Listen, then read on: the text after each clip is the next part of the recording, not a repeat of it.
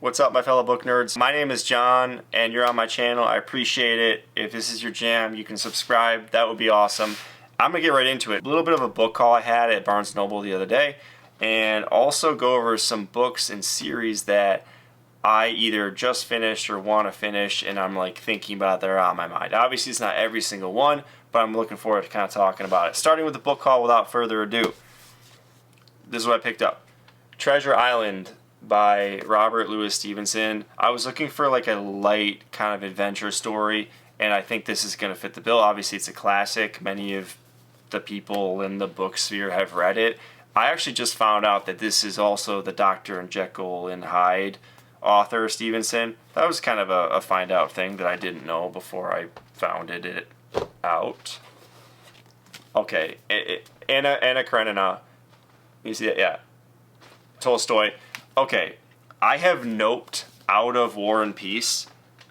So War and Peace, I really do want to read it. It is an interesting book. It's not because it's a famous book. It's 1,100 pages, though. I'm reading The Goldfinch right now, which is 800, and that's a long book. I think Karenina, at still almost 800 pages, maybe? I don't know. Over 800 pages.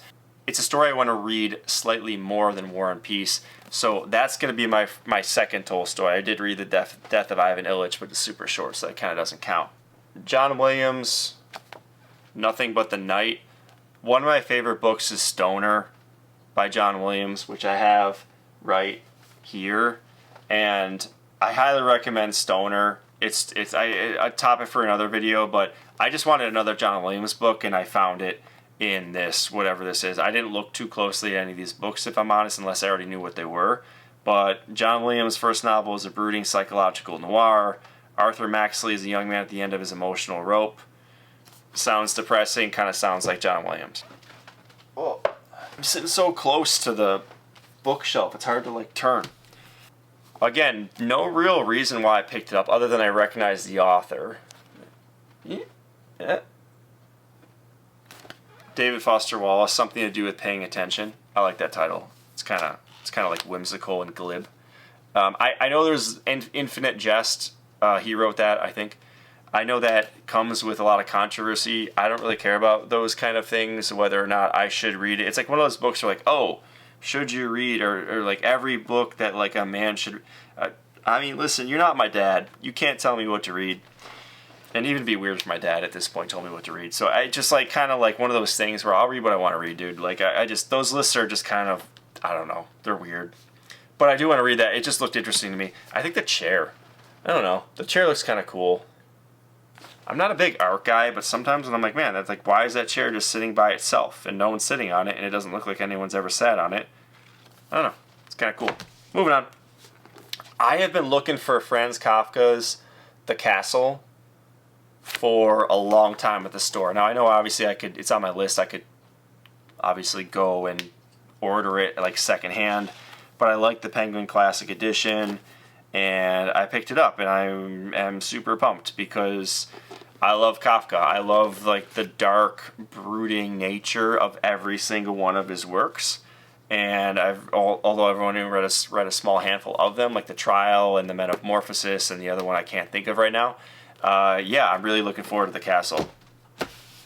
I told myself I was going to read light or get light books, and then I went and I bought 13 Reasons Why, which a trigger warning here is that there's a young girl in high school who takes her own life and then sends out 13 cassette tapes to different people because they are a reason why.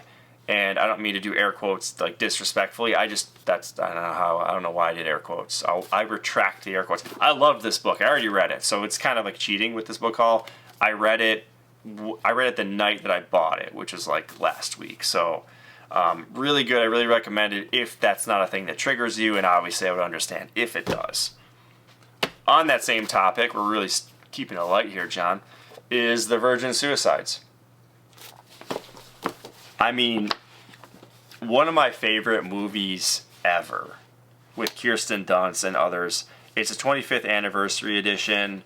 If you've never seen the movie or read the book, I recommend one or the other. The 5 Lisbon sisters, they commit suicide one by one over a year. And it's, again, like, I'm a sucker for great narration. I love the narration in the book. The narration was by boys who were kind of like opposite the girls, but were like obsessed with them because everybody was.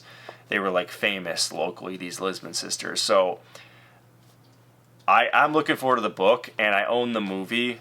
So I'm one of those like those weird millennials that like collects DVDs or whatever. But so I'm gonna watch the movie after I read the book because I haven't seen it in a while. All right, so Blue Sisters is a thing I know nothing about. It's a recommendation from the girl who was working at the store. I guess there was a death in the family, and of the sisters, the Blue Sisters. I think that's just blue because like they're sad, and they all handle it differently as naturally families do. It sounded interesting. The girl at the store definitely sold me, so I am pumped to kind of get there. It's like part of the blurb says a year later, they each navigate grief, addiction, and ambition, and they must return to New York City to stop the sale of the apartment that they were raised in. So it's kind of like a full circle thing. I don't really know. But she sold me, and I was appreciative of her help because she found a lot of these other books for me as well. Because I was looking specifically for 13 Reasons Why as part of like a book club thing. Forgot to mention that. Anyway, Briefly a Delicious Life. This was just sitting on the shelf, like really low, and I grabbed it, and I was like, oh, cool. Like, it's about a 14-year-old girl who dies in a monastery in Mallorca, and George Sand, wait, is it Mallorca? Yeah, it sounded like a question. Mallorca. I thought I was pronouncing it wrong. 400 years later, George Sand, who's a female author, if you don't know, this girl is a ghost now because she died, and 400 years later, the female writer comes in, the girl falls in love with her, so she has like this girl crush on this woman, and I've never read a book like that. I don't know if you have, but I was like, that sounds cool. This is kind of a random thing to me, and then I saw it recommended.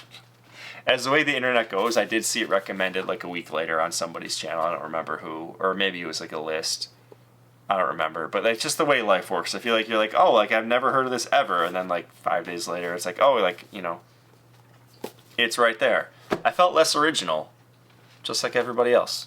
How to Be Remembered. Some lies are simply unforgettable. This is cool because this is, again, I just picked this up off the shelf because that was kind of the mood I was in. There's a boy, Tommy, and on the same day every year, everyone around him forgets he exists. That's a rough day, my dude. That's a rough day.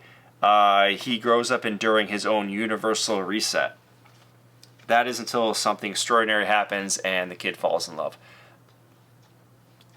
I mean, I don't know. He goes on a mission trying to trick the reset to be remembered. I think it's cool. That would be a rough time, though. I mean, everyone's just like, bro, who are you? Like, why are you in my house? Like, his parents are like, we have like a kid intruder. They like call the cops.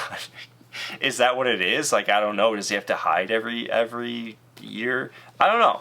But I'm excited because it's something I don't know anything about. Talk about books. This is called a book called Severance. It won a lot of awards. This book doesn't say what it's about. I don't remember if it was on a table or if I pulled it off. The best work of fiction I've read about the millennial condition, the alienation and cruelty that comes with being a functional person under advanced global capitalism, blah, blah, blah, blah, blah, blah. Stability in a terrible world. I love books like this, though, so it sounds like depressing, and it probably is, but kind of like The Office meets The Leftovers. I'm not gonna lie, I don't know what The Leftovers is. I know what The Office is because I'm a human being in the world. But is it the end of the world or just another day at the office? I don't know what to do with that. I don't like Severance as in like severance package, like when they fire you. Semi-surreal send-up of a workplace and its utopia of rules. I don't know. This book doesn't give me anything. Even in the intersection, it doesn't give me anything. I have no idea what this is. So some series that I quickly want to finish is Alice Hoffman's Magic series. Love the first 3. This is the 4th one I need to finish. I highly recommend if you're into like magical love stories and romance, but not like Emily Henry romance. Nothing wrong with Emily Henry. I don't want to like start anything or Colleen Hoover. I'm not going there, but because I've read them both, okay, whatever. But really like this. If you haven't read it and you like that, I'll look into it. Annihilation. It's a series. I saw the movie with Natalie Portman. No idea what it's about. I had no idea. I really want to read the book because of that. I like things that make no sense to me. It was like they sent these 5 women out into like I don't know, God knows where, and it was like this. They had to be women, and they were scientists. They weren't really trained in arms, but they had weapons. And they would start disappearing left and right, and the ending made no sense. And I loved every second of it. So I'm excited to read this book. The Book of Dust. This is like a continuation of Philip Pullman's His Dark Materials trilogy, which The Golden Compass with Lyra Belacqua, this lovable, fearless little girl who's like 11 years old in that trilogy. I have a soft spot, I think, for the young, fierce little girl who has to like overcome all this adversity. I don't know if it's like this paternal instinct or something, but I really do. And I love that trilogy, and I'm looking forward to kind of continuing. I think she's 20 in The Book of Dust, for what it's worth. Red Rising, I feel like everybody kind of knows about this. I know that it's a trilogy. I know it's dystopian, which I love. It's one of my favorite subjects, genres. And, you know, it's one of those kind of seminal books that I feel like everybody knows about. So I'm behind the times, I guess. But looking forward to that. Yeah, dystopian sci-fi, that's my jam, dude. I'm not into this type of book, but it was like $3 or $4 at the thrift shop, and I was like, all right, I just yanked it off the shelf, and here I am, and it's probably one of the ones I'll read last because it's not my style, but we'll see. Maybe I'll love it. Scythe, this was cool. Again, like one of these books I think is more popular I just haven't heard of for whatever reason, because it gets into I'm not a big fantasy guy, and it gets into that, but it's dystopian. It's a world with no hunger, no disease. There's a friend of a friend who recommended it to me, and he sold it, and basically like the Scythes are the people that have to kill people because population control. I don't know. I really don't know, and I like not knowing. I like when it's like a really small, not that this is super small, but when it's kind of vague.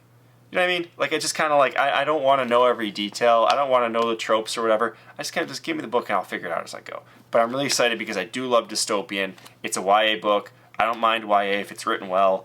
And I read, I guess, like a decent amount of YA. But anyway, moving on. No pun intended. Moving on to the last book, which is actually called Moving On. I didn't do that on purpose, but that was brilliant on my part. Brilliant. Anyway, Larry McMurtry. I read Terms of Endearment, which is the 4th book in this like related series, where there's this woman, Aurora Greenway, and her daughter really like have this. Aurora's like this charismatic, beautiful, like voluptuous woman, which guys falling all over her, but she's approaching middle age, and her daughter have this like back and forth tug relationship. Emma's her daughter. They couldn't be more different. And it takes place, I think, in the, I want to say the 60s. I'm not really sure. But this book follows one of the side characters in that book, but in the same, like, universe. I don't know how else to put it other than, like, universe. The same world, I guess. And I really love Terms of Endearment. If I haven't said it just a second ago, it's one of my favorite books I've read this year. But I loved it again. Like, I can't put into words how much I love Terms of Endearment.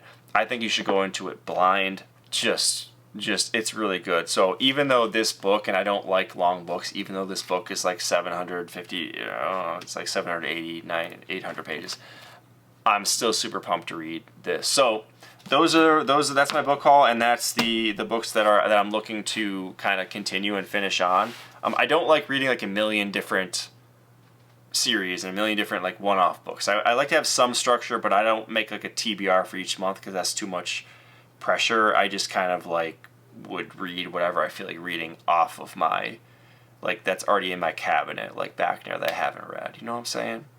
All right, that about wraps it up. I'm hungry. It's kind of late. I gotta eat some tacos. I'm gonna make that and like watch some YouTube and do some things. You go do your thing, and I'll see you. I'll see you in the next one. All right, peace out. All right, Myra, make tacos.